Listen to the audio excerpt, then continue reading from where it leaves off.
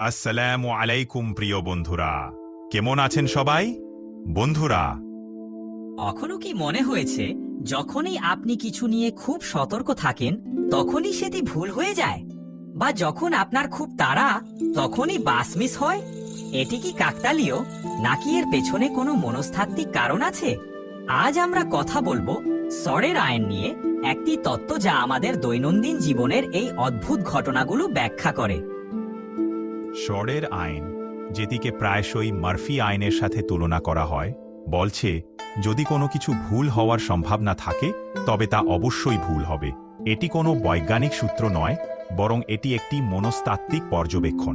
এই তত্ত্বের মূল বিষয় হল, যখন আমাদের মন নেতিবাচক সম্ভাবনার দিকে কেন্দ্রীভূত হয় তখন আমরা সেই ঘটনাগুলোকে তুলনামূলকভাবে বেশি লক্ষ্য করি। সরের আইনের পেছনে কাজ করে সিলেক্টিভ অ্যাটেনশন বা নির্বাচনী মনোযোগ। আমাদের মস্তিষ্ক সবসময় সব তথ্য প্রক্রিয়া করতে পারে না, তাই আমরা যেসব জিনিসের দিকে বেশি মনোযোগ দিই সেগুলোই আমাদের কাছে বেশি গুরুত্বপূর্ণ মনে হয়। যখন আমরা ভাবি আজ নিশ্চয়ই কিছু ভুল হবে, তখন আমরা সেই ভুলগুলোর দিকেই বেশি নজর দিই, ফলে মনে হয় সরের আইন সত্যি হয়ে গেল। এর আরেকটি দিক হল সেলফ ফুলফিলিং প্রফেসি। যখন আমরা বিশ্বাস করি যে কিছু খারাপ ঘটবে, তখন আমাদের আচরণও সেই দিকে মোড় নেয়।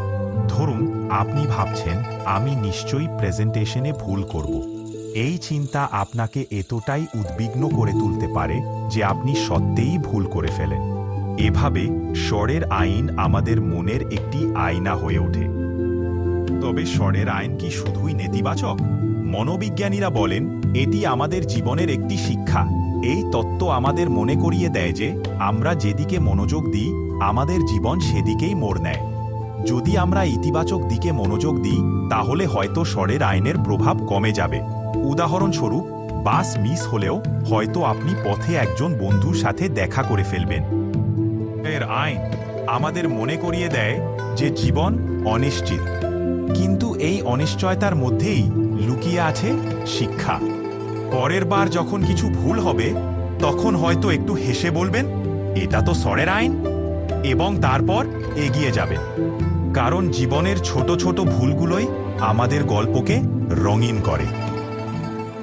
আর কি কখনো শরের আইনের অভিজ্ঞতা হয়েছে? হলে আমার সাথে শেয়ার করুন।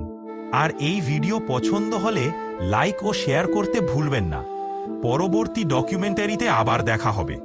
ধন্যবাদ।